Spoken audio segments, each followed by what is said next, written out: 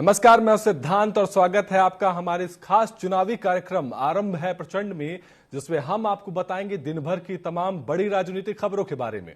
तो आइए बुलेटिन की शुरुआत करते हैं। चुनावी आयोग ने प्रेस कॉन्फ्रेंस कर लोकसभा चुनाव की तारीखों का ऐलान कर दिया। छत्तीसगढ़ में कुल 11 लोकसभा सीट हैं जिन पर चुनाव होना है। इन सीटों में रायपुर, महासमुंद, बिलासपुर, कोरबा, रायगढ़, जांजगीर चांपा, दुर्ग, राजनांदगांव, बस्तर, कांकेर, सरगुजा सीट शामिल है। अगर मध्य प्रदेश की 29 लोकसभा सीटों की बात करें तो यहां 4 चरणों में चुनाव होंगे। पहले चरण का चुनाव 19 अप्रैल को होगा, तो वहीं दूसरे चरण का 26 अप्रैल को, तीसरे चरण का चुनाव 7 मई और चौथे और अंतिम चरण का चुनाव 13 मई को संपन्न होगा। देश में 7 चरणों में लोकसभा चुनाव होंगे।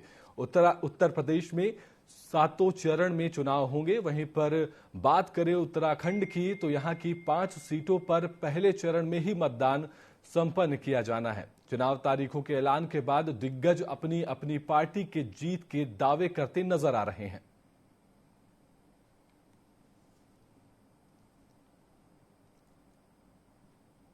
आगामी चुनाव के चरणों की घोषणा की है। मैं धन्यवाद देना चाहूंगा चुनाव आयोग को, जिन्होंने अपने पूरे इलेक्शन प्रोग्राम को बहुत अच्छे ढंग से पर्याप्त समय देते हुए सबकी, पूरे देश का इतना बड़ा भौगोलिक देश और अलग अलग प्रकार की परिस्थितियां, अलग अलग प्रकार के मौसम, अलग अलग प्रकार के सारे वातावरण के बावजूद भी उनने चुनाव की बहुत अच्छी प्लानिंग की है।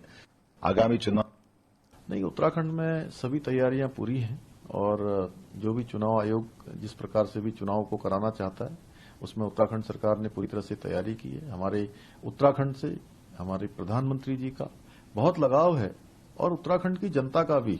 वो उनको अपने परिवार का मानते हैं, अपने घर का मानते हैं। इसलिए उत्तराखंड से 5 लोकसभा की सीटें हैं, 5 की 5 भारतीय जनता पार्टी जीतेगी। और एक गिलहरी ने जैसे राम सेतु बनाने में अपना योगदान दिया था, उसी प्रकार से हमारे प्रधानमंत्री जी को प्रधानमंत्री बनाने और उनके विकसित भारत के संकल्प को पूरा करने के लिए 5 की 5 सीटें उत्तराखंड की भारी बहुमत से जीतेंगी। All development work will be stopped, and stopping nearly 70-80 days means you imagine how the country will progress, because election code of conduct, people will not move, material will not be supplied, budget will not be spent. Right. So this is a very, according to me, it's not good. He could have completed within 3 or 4 this thing. So it was easy for people also. Lok Sabha चुनाव का बिगुल बज चुका है। ऐसे में मुख्यमंत्री विष्णुदेव साय ने ट्वीट कर लिखा कि माननीय प्रधानमंत्री जी के कुशल और मजबूत नेतृत्व में सबका साथ, सबका विकास के ध्येय को फलीभूत करते हुए देश ने अभूतपूर्व प्रगति की है। सरकार में आते ही हमने केवल 3 महीनों में ही छत्तीसगढ़ में पीएम मोदी की प्रमुख गारंटियों को प्राथमिकता से पूरा किया। वहीं मुख्यमंत्री साय ने कहा कि प्रदेश की सभी 11 लोकसभा सीटों में कमल खिलाने के प्रति पूरी तरह आश्वस्त हैं। वहीं हम केंद्र में फिर से मोदी जी को लाएंगे और भारत को विश्व गुरु बनाएंगे।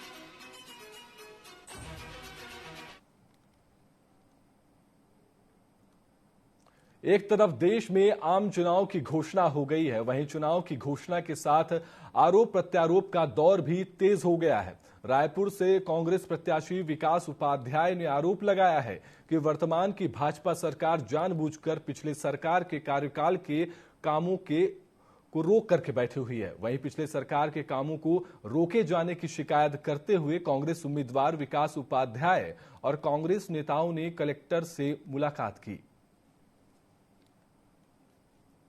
जो देश का प्रधानमंत्री होता है उसका परिवार पूरा देश की जनता होती है, लेकिन जो जनता है उनके परिवार को तो आपने देखा नहीं। अब आप परिवार की बात कर रहे हैं, आपसे परिवार तो संभलता नहीं। आपने एक एक घर में कलह पैदा कर दी, आपने एक एक घर में लड़ाई पैदा कर दी। 5,000-6,000 रुपया आमदनी है और खर्चा 15,000 रुपया हर घर में। हर महीने लोगों को कर्जा लेना पड़ता है, सोना गिरवी रखना पड़ता है, ब्याज में पैसा लेना पड़ता है, अपनी एफडी तुड़वाना पड़ता है, तब जाकर परिवार चल रहा है। तो परिवार की परिभाषा भारतीय जनता पार्टी कभी समझी है ना समझ पाएगी। छत्तीसगढ़ विधानसभा चुनाव में अजीत जोगी की पार्टी को करारी हार के बाद अज्ञातवास में गए जूनियर जोगी अब एक बार फिर सक्रिय होते हुए दिखाई दे रहे हैं।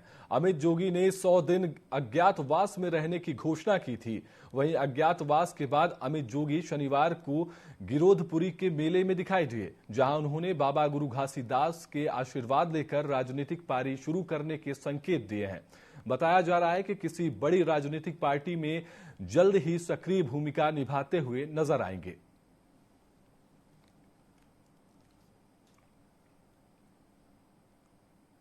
चुनाव की तारीखों की घोषणा के बाद भाजपा प्रदेश अध्यक्ष वीडी शर्मा का बयान सामने आया है। उन्होंने कहा कि लोकतंत्र के सबसे बड़े पर्व की घोषणा हो गई है। हम पूरी तरह से तैयार हैं। 4 फेज में एमपी की सभी 64,523 बूथ पर बीजेपी के कार्यकर्ता चुनावी मैदान में जुट गए हैं। बीजेपी अपील करती है कि सभी मतदान करें, देश को विकसित देश बनाने के लिए मतदान करें। एमपी में जीत का इतिहास बनेगा। एमपी की सभी 29 सीटों पर जीत दर्ज करेंगे। देश में मोदी फिर से आएंगे। आज पूरे चुनावी प्रक्रिया को इलेक्शन कमीशन ने पूरी तैयारी के साथ कि पारदर्शिता से लेकर स्वच्छता से कैसे चुनाव कराए जाएं, ये सारी बातों का उल्लेख सारे नॉर्म्स के साथ आज इलेक्शन कमीशन ने देश के सामने रखा है। 7 चरणों में देश के अंदर चुनाव होगा। 97 करोड़ के लगभग मतदाता इसमें भाग लेंगे। दुनिया का सबसे बड़ा लोकतंत्र का महापर्व है और ऐसे लोकतंत्र के महापर्व में मध्य प्रदेश 4 फेजों के अंदर जो घोषित हुआ है, 19 अप्रैल, 26 अप्रैल, 7 मई और 13 मई, 4 फेजों में मध्य प्रदेश के चुनाव होंगे। 29 लोकसभाओं के। भारतीय जनता पार्टी चुनाव आयोग का धन्यवाद भी करती है। भारत के 2019 के लोकसभा चुनाव देश के लोकतांत्रिक इतिहास में एक महत्वपूर्ण क्षण था। 90 करोड़ से अधिक योग्य मतदाताओं के साथ यह दुनिया में अब तक का सबसे बड़ा लोकतांत्रिक अभ्यास था। चुनाव सिर्फ प्रतिनिधियों का चयन करने के बारे में ही नहीं था, बल्कि यह देश के भविष्य के पथ को आकार देने के बारे में भी था। इसी पर देखिए ये खास रिपोर्ट।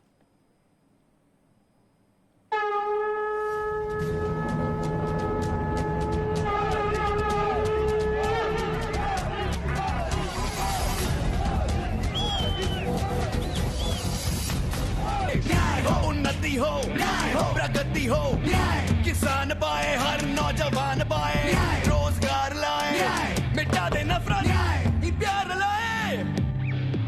चुनाव आयोग की प्रेस कॉन्फ्रेंस के साथ ही 2024 के लोकसभा चुनावों का शंखनाद हो चुका है, मगर अब चर्चा 2019 के चुनावों की भी करनी लाजमी है। जब चुनाव से पहले विभिन्न राजनीतिक दल ने विस्तृत प्रचार प्रसार अभियान चलाए, अपने कार्यक्रम और देश के लिए दृष्टिकोण बनाया। प्रधानमंत्री नरेंद्र मोदी के नेतृत्व में किए गए कार्यों के बलबूते जहां भारतीय जनता पार्टी ने अपने विकास के कार्यकलाप, राष्ट्रवादी एजेंडे को प्रमुखता दी, वहीं कांग्रेस राहुल गांधी के नेतृत्व में बेरोजगारी, कृषि संकट और सामाजिक सद्भाव जैसे मुद्दों पर ध्यान केंद्रित करवाती रही। 2019 के चुनाव में अनेक मुद्दे शामिल थे, जैसे कि आर्थिक विकास, राष्ट्रीय सुरक्षा, बेरोजगारी और सामाजिक कल्याण। भाजपा ने राष्ट्रीय सुरक्षा का मुद्दा जोर शोर से भुनाया, जिसका परिणाम स्थानीय बालाकोट हमले का बना। यहाँ तक कि कांग्रेस के न्याय के नाम से एक न्यूनतम आय गारंटी योजना की भी खूब चर्चा रही। 2019 के लोकसभा चुनाव 29 राज्यों और 7 संघीय क्षेत्रों में 11 अप्रैल से 19 मई 2019 तक 7 चरणों में संपन्न हुए थे। भारतीय चुनाव आयोग ने चुनावी प्रक्रिया को सुगम और निष्पक्ष बनाया। देश भर में मतदान केंद्रों पर लाखों कर्मियों और इलेक्ट्रॉनिक वोटिंग मशीनों का प्रयोग करते हुए इस प्रक्रिया को पूरा किया गया। कुछ क्षेत्रों में परिस्थितियों की चुनौतियों और जलवायु उत्सर्जन के बावजूद मतदान का उत्साह बना रहा, जो मतदाताओं की जागरूकता और लोकतंत्र के प्रति प्रतिबद्धता का प्रतिबिंब था। महिला मतदाताओं के बीच उत्साह विशेष रूप से उल्लेखनीय रहा। कई राज्यों में महिला वोटर्स पुरुषों से अधिक रहीं। 2019 चुनाव के परिणाम 23 मई 2019 को घोषित किए गए, जिसमें भाजपा ने भारी बहुमत के साथ जीत दर्ज की। भाजपा नेतृत्व वाले एनडीए गठबंधन ने कुल 542 में से 353 सीटों पर जीत हासिल की। सरकार बनाने के लिए ये एक समर्थ बहुमत था। वहीं कांग्रेस और उसके साथी दलों को हार का सामना करना पड़ा, जिन्हें केवल 91 सीट मिली। भाजपा ने 37.36% वोट हासिल किए, जबकि एनडीए का संयुक्त वोट शेयर 60.37% था। 60.37 करोड़ वोटों का 45% था। कांग्रेस पार्टी ने 52 सीटें जीती और कांग्रेस के नेतृत्व वाले गठबंधन को 92 सीट मिली। अन्य दलों और उनके गठबंधन ने भारतीय संसद में 97 सीटें जीती। चुनाव के परिणाम ने प्रधानमंत्री नरेंद्र मोदी की लोकप्रियता और मैंडेट को पुनः साबित किया और इस तरह बतौर प्रधानमंत्री उनका दूसरा कार्यकाल शुरू हुआ। भाजपा की जीत को इसकी नीतियों की स्वीकृति और मतदाताओं की आशाओं का प्रतिबिंब माना गया। भारत के 2019 के लोकसभा चुनाव को देश की लोकतांत्रिक यात्रा का एक ऐतिहासिक क्षण के रूप में याद किया जाता है। ये भारतीय लोकतंत्र की जीवंतता और उसके मतदाताओं की शक्ति को दिखाता है कि वो किस तरह देश के भविष्य का निर्धारण करने की क्षमता रखते हैं। वहीं 2024 के चुनाव से भी इस बार चुनाव आयोग को वोटिंग परसेंटेज बढ़ने की उम्मीदें हैं। बहरहाल बिगुल बज चुका है, राजनीतिक पार्टियों ने कमर कस ली है, वहीं वोटर भी अपनी पारी आने के इंतजार में हैं। Amit Sharma, TV 24 news. भारत की राजनीति में इन दिनों इलेक्टोरल बॉन्ड यानी चुनावी चंदे की चर्चा जमकर है। सुप्रीम कोर्ट के आदेश के बाद चुनावी चंदे को लेकर निकले नए कुलूसी ने सबको चौंका दिया है और इसकी जड़ पर आने वाली राजनीतिक पार्टियों की नींदें हराम है। वहीं चुनावी चंदे को लेकर रोज नए खुलासे हो रहे हैं। वहीं इस अन्य क्रॉसओवर पर देखिए हमारी एक खास रिपोर्ट।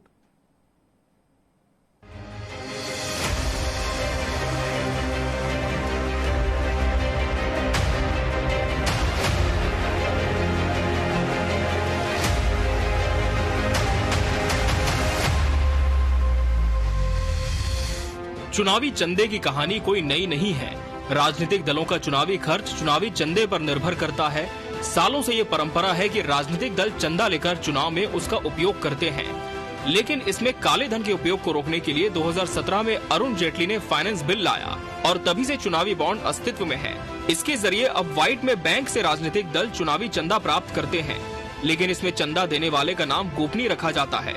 सुप्रीम कोर्ट में लगी याचिका के आधार पर कोर्ट ने इस इलेक्टोरल बॉन्ड पद्धति को न केवल रद्द कर दिया है, बल्कि इसे सूचना के अधिकार के दायरे में लाते हुए जिन लोगों ने चंदा किया उनके नाम को सार्वजनिक करने के निर्देश भी दिए हैं। एसबीआई ने इस मामले में जैसे ही चंदा देने वालों के नाम सार्वजनिक किए हैं, राजनीतिक उठापटक आरोप प्रत्यारोप तेज हैं। चंदा देने वालों के नाम सार्वजनिक होने के बाद अब तक आए प्रमुख खुलासे। पाकिस्तान की कंपनी ने दिया चंदा, कम मुनाफा वाली कंपनियों ने दिया चंदा, जिनके यहाँ छापा पड़े उन्होंने दिया चंदा, शराब कंपनियों ने दिया चंदा, वैक्सीन बनाने वाली कंपनी ने दिया चंदा, भाजपा को मिला ज्यादा चंदा। इन आरोपों को अब कांग्रेस मुद्दा बना रही है और राहुल गांधी ने मामले में जांच की मांग करते हुए इसे सबसे बड़ा घोटाला करार दिया है कि किसी न किसी दिन बीजेपी की सरकार बदलेगी और फिर कार्रवाई होगी, और ऐसी कार्रवाई होगी कि मैं गारंटी कर रहा हूँ ये फिर से कभी नहीं होगी। इधर भाजपा ने इन आरोपों को सिरे से खारिज किया है। केंद्रीय गृह मंत्री अमित शाह ने दावा किया कि भाजपा के सांसद ज्यादा हैं, बड़ी पार्टी है, इसके बावजूद उन्हें दूसरी पार्टियों से कम चंदा मिला। देश में हमारे 303 सांसद है, हमें 6000 करोड़ के बॉन्ड मिले हैं और 242 सांसद जिन पार्टियों का है, इसको 14000 करोड़ के बॉन्ड निकले। क्या शोर शराबा कर रहे हो भाई? मैं दावे से कहता हूं जब हिसाब खुलेगा ये लोग आपको फेस नहीं कर पाएंगे। आज तक पर शो रख देना बॉन्ड के विरोध रखने वालों का, कोई नहीं आएगा मेरे अलावे।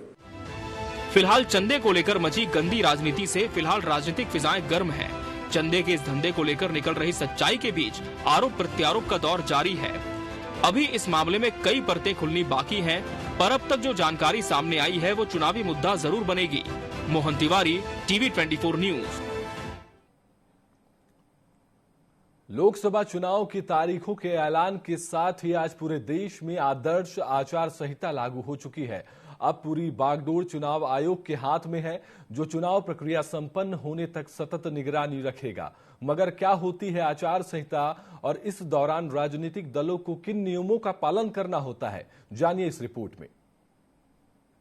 चुनाव आयोग ने आज लोकसभा चुनाव 2024 की तारीखों का ऐलान कर दिया है। तारीखों के ऐलान के साथ ही देश भर में आदर्श आचार संहिता लागू हो चुकी है। इससे पहले चुनाव आयोग ने एजेंसियों के साथ समीक्षा बैठक की और उन्हें धन और बाहुबल पर अंकुश लगाने का निर्देश दिया। निश्चित करने के लिए एक समन्वित दृष्टिकोण के साथ चलने की भी बात कही गई है। आइए जानते हैं कि ये आदर्श आचार संहिता होती क्या है, किसके लिए जारी की जाती है और किन किन चीजों पर पाबंदी लगती है। क्या होती है आचार संहिता? आदर्श आचार संहिता राजनीतिक दलों और उम्मीदवारों के मार्गदर्शन के लिए निर्धारित किए गए मानकों का एक ऐसा समूह है जिसे राजनीतिक दलों की सहमति से तैयार किया गया है। संविधान के अनुच्छेद 324 के अधीन संसद और राज्य विधानमंडलों के लिए स्वतंत्र, निष्पक्ष और शांतिपूर्ण चुनावों का आयोजन चुनाव आयोग का संवैधानिक कर्तव्य है। आदर्श आचार संहिता में चुनाव आयोग की भूमिका अहम होती है। चुनाव आयोग द्वारा चुनाव तारीखों की घोषणा की तारीख से इसे लागू किया जाता है और ये चुनाव प्रक्रिया के पूर्ण होने तक लागू रहती है।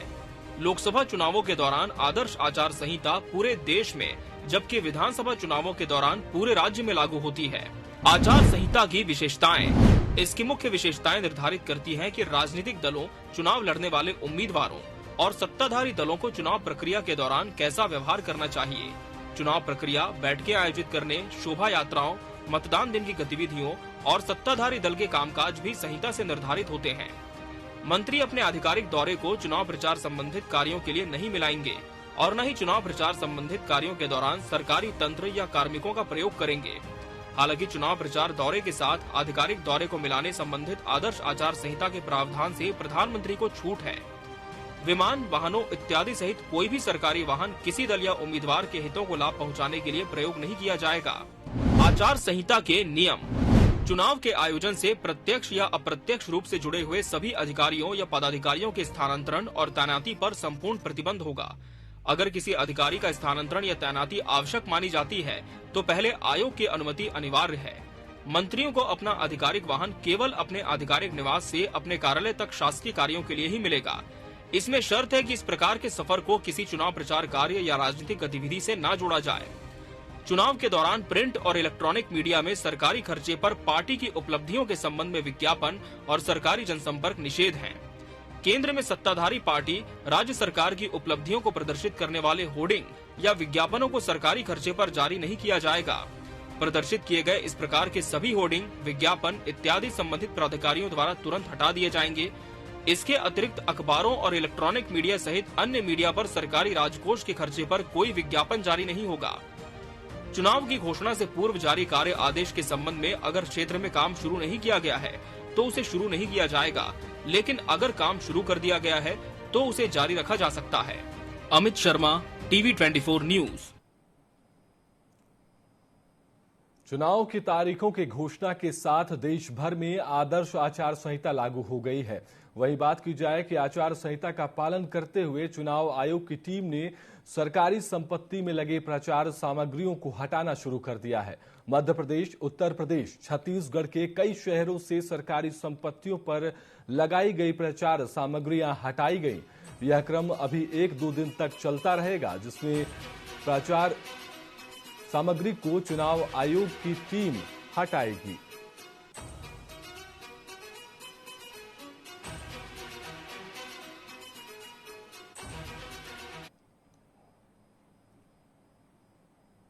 उत्तराखंड में भाजपा और कांग्रेस के रणबांकुरे एक बार फिर आम चुनाव की रणभूमि में डटे हुए हैं। भाजपा के 5 दिग्गज चुनावी मैदान में उतरे हुए हैं तो कांग्रेस के अभी महज 3 ही प्रत्याशी चुनावी मैदान में हैं, जबकि 2 लोकसभा सीटों पर प्रत्याशियों के नाम की घोषणा होना अभी बाकी है। कैसा रहेगा चुनावी सवर और क्या रहा अब तक की लोकसभा सीटों पर चुनावी समीकरण, इसको लेकर टीवी 24 के संवाददाता ने की लोगों से बातचीत।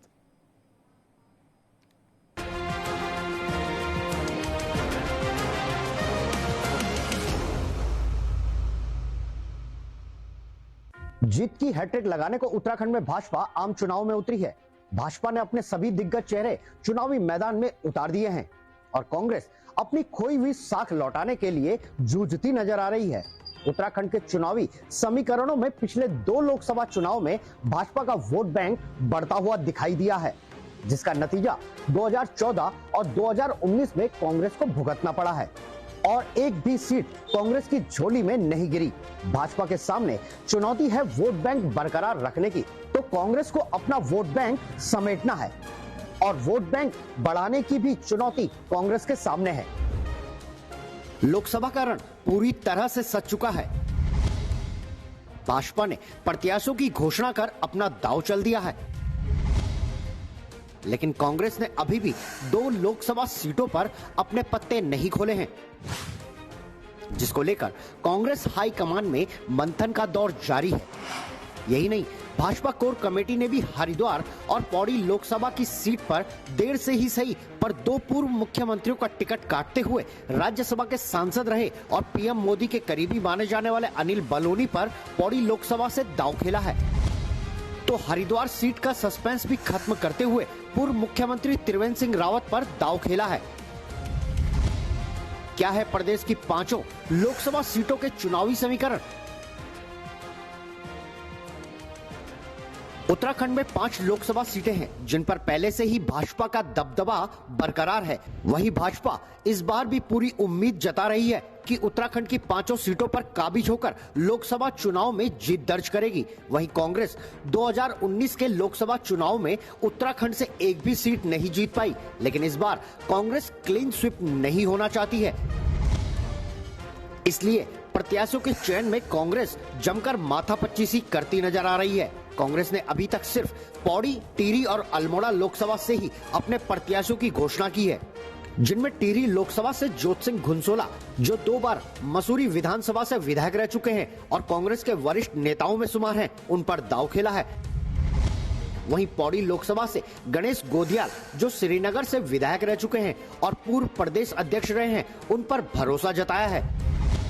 वहीं अल्मोड़ा सीट पर प्रदीप टमटा, जो विधायक और सांसद रह चुके हैं, उन पर एक बार फिर से विश्वास जताया है। तो बात करते हैं आंकड़ों की।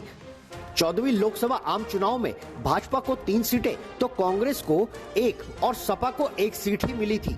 यही नहीं, 15वीं लोकसभा में कांग्रेस ने मानो चमत्कार कर दिया हो और 5 सीटों पर अपना दबदबा बनाया और जीत दर्ज की, जिसके बाद 16वीं लोकसभा में फिर तख्ता पलट हुआ और भाजपा ने कांग्रेस को पटकनी देते हुए 5 सीटों पर कब्जा जमाया। यही नहीं, इस जीत को बरकरार रखते हुए 17वीं लोकसभा में भाजपा ने एक बार फिर अपना दबदबा कायम रखा, 5 सीटों पर जीत दर्ज की। देखिए, भारतीय जनता पार्टी ने अपने पूर्व मुख्यमंत्री के टिकट काट दिए। अब उससे स्पष्ट होता है कि जो जनता ने उन पर विश्वास किया था, जनता का विश्वास टूटा है, तो उनको अपने पूर्व मुख्यमंत्री के टिकट काटने पड़े और नए चेहरे ऐसे लाने पड़े कि जिनका क्षेत्र में कोई वजूद ही नहीं है। अगर हम पौड़ी की बात करें तो दिल्ली के रहने वाले व्यक्ति को आप पौड़ी में लड़ाना चाह रहे हैं, तो ये तो स्पष्ट है कि राज्य की जनता का क्या रुझान होगा। हर आदमी अपना प्रतिनिधि अपने बीच में चाहता है, तो इससे स्पष्ट है कि भारतीय जनता पार्टी किस ओर जा रही है। कांग्रेस ने जो भी कैंडिडेट डिक्लेयर करे हैं वो काफी प्रभावशाली नेता हैं, क्षेत्र में उनका बहुत अच्छा वजूद है। निश्चित तौर पर जो सीटें अभी हमने डिक्लेयर करी है उसमें हमारा रिस्पांस भी बहुत अच्छा होगा। निश्चित तौर पर हम ये सीटें जीतेंगे। लोकसभा चुनाव उत्तराखंड की 5 सीट की अपनी एक भौगोलिक परिस्थितियां हैं, कहीं जातीय समीकरण तो कहीं कद्दावर चेहरों की चमक के साथ ही पार्टी सिंबल के वोट बैंक है। भाजपा और कांग्रेस दोनों ही दलों के अपने वोट बैंक हैं, लेकिन कांग्रेस के वोट बैंक में पिछले 2 चुनाव में भाजपा ने जबरदस्त सेंधमारी की है।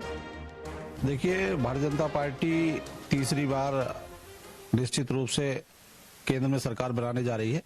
मोदी जी के नेतृत्व में सरकार बनेगी और उत्तराखंड की 5 लोकसभा सीट हम 5-5 लाख के अंतर से जीतेंगे। और धामी जी का जो विकास का रोड मैप है, आप देखते हैं यूसीसी लेकर आए हैं, ये बहुत ही बड़ा काम हुआ है उत्तराखंड के अंदर और एक मिसाल पूरे देश में बना है। तो इन सारे विषयों को लेकर भारतीय जनता पार्टी जनता के बीच जा रही है, तो कहीं ना कहीं कुछ ना कुछ देने का काम मोदी जी ने किया है। उसी के आधार पर निश्चित रूप से भारतीय जनता पार्टी 5 की 5 सीटें जीतेगी।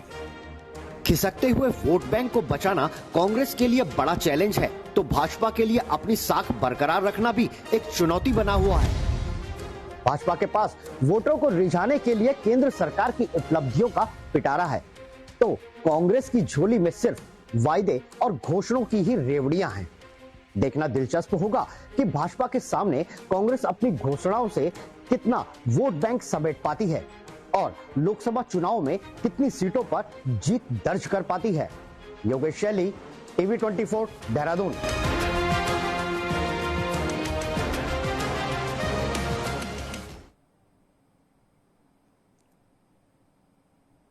आम चुनाव के लिए तारीखों का ऐलान होने के साथ ही आरोप प्रत्यारोप का दौर भी तेज हो गया है।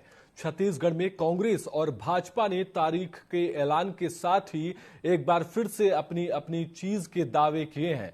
वहीं प्रदेश में कांग्रेस और भाजपा के बीच सीधा मुकाबला है, इसलिए एक दूसरे की नीतियों की आलोचना चुनावी तारीखों के ऐलान के साथ तेज हो गई है। वहीं भाजपा और जहां मुख्यमंत्री अरुण शाह ने 11 की 11 सीट जीतने का दावा किया, वहीं रायपुर से कांग्रेस के प्रत्याशी विकास उपाध्याय ने आज मैराथन बैठक कांग्रेस के पक्ष में माहौल होने की बात कही। भाजपा जहां मोदी ब्रांड के दम पर चुनाव में है, वहीं कांग्रेस ने सरकार से वादा खिलाफी का मुद्दा बनाया है। भारतीय जनता पार्टी चुनाव के लिए पूरी तरह से तैयार है। विधानसभा के चुनाव समाप्त होते ही भारतीय जनता पार्टी लोकसभा चुनाव की तैयारी में जुट गई थी और लगातार हमारी बैठकें हो रही है और अब विधानसभा के सम्मेलन पार्टी ने प्रारंभ कर दिए हैं। हमारे 11 के 11 प्रत्याशी घोषित हो गए हैं। निश्चित रूप से हम पूरी तरह से मजबूती से चुनाव के मैदान में हैं। आज कांग्रेस पार्टी के जो हालात हैं वो प्रत्याशी तय नहीं कर पा रहे हैं, क्योंकि कांग्रेस पार्टी की टिकट पर कोई चुनाव लड़ने को तैयार नहीं है जनता का मूड देखकर। एक साल में न्यारी न्याय के माध्यम से 1 लाख रुपए प्रतिवर्ष परिवार की एक महिला को देने की घोषणा की है। कांग्रेस की सरकार बनेगी तो कांग्रेस ने, हमारे राष्ट्रीय अध्यक्ष मल्लिकार्जुन खड़गे जी ने, राहुल गांधी जी ने 1 लाख की गारंटी की बात कही है। मैं समझता हूँ आज सबसे ज्यादा अगर पीड़ित इस देश से और दुनिया में कोई है तो हमारी घर की महिला बहनें हैं। न्यूनतम आय एक परिवार की 7-8 हजार रुपया है और खर्चा 15-20 हजार है, और उस 15-20 हजार में कैसे वो अपने फिक्स डिपॉजिट को तुड़ाकर, ब्याज में पैसा लेकर, उधारी पैसा लेकर अपनी इनकम को तोड़कर वो घर चलाती है, वो उसको मालूम है। इस बुलेटिन में फिलहाल के लिए इतना ही। आप देखते रहिए TV24। नमस्कार।